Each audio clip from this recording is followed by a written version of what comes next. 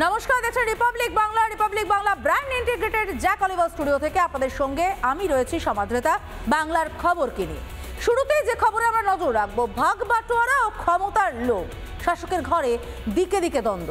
ঘাসফুলের মাথা ব্যথার নবতম সংযোজন আলিপুরদুয়ারে ব্লক নেতৃত্ব বনাম জেলার চেয়ারম্যান। দেখুন সে ছবি।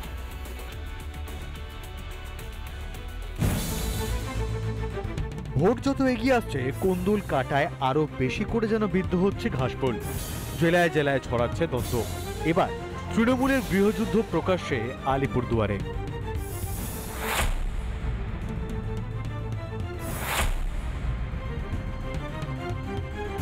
রবিবার ছিল কালচিনি ব্লক তৃণমূল সভা।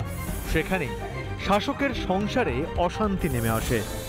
কালচিনি এলাকায় তৃণমূলের ভিতরকার কলহ সামনে এলো। একাধিক তৃণমূল নেতৃত্বরা নিজেরা ক্ষোভ জাহির করেছে এবং জেলা নেতৃত্ব তার উপর কিন্তু ক্ষোভ জাহির করে দিয়ে।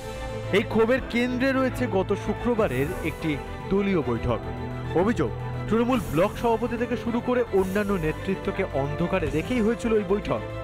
এও অভিযোগ, জেলা চেয়ারম্যান গঙ্গা প্রসাদ শর্মার উদ্যোগে সেই বৈঠক ডাকা হয়েছিল। এখন একটা দুর্ভাগ্যজনক ঘটনা ঘটেছে।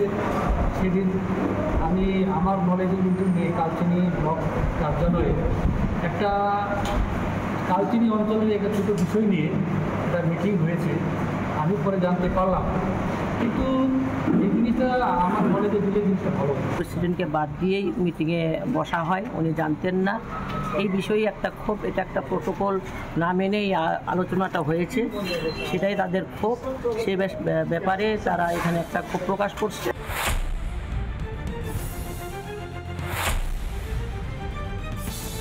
যেখানে আলোচনা করা দরকার এটা কি জানাবেন দাদা উপরে?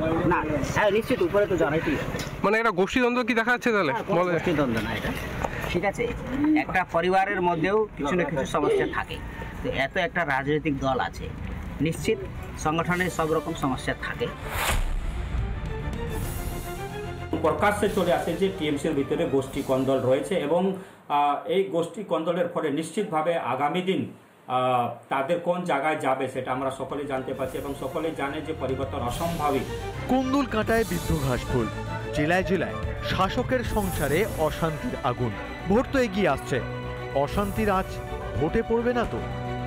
রিপাবলিক বাংলা। নানা ধরনের কন্টেন্ট দেখার জন্য লাইক করুন, শেয়ার করুন আমাদের ফেসবুক পেজ, সাবস্ক্রাইব করুন আমাদের ইউটিউব চ্যানেল। পাশাপাশি অন্যান্য ব্রেকিং নিউজের জন্য অবশ্যই চোখ রাখুন রিপাবলিক বাংলায়।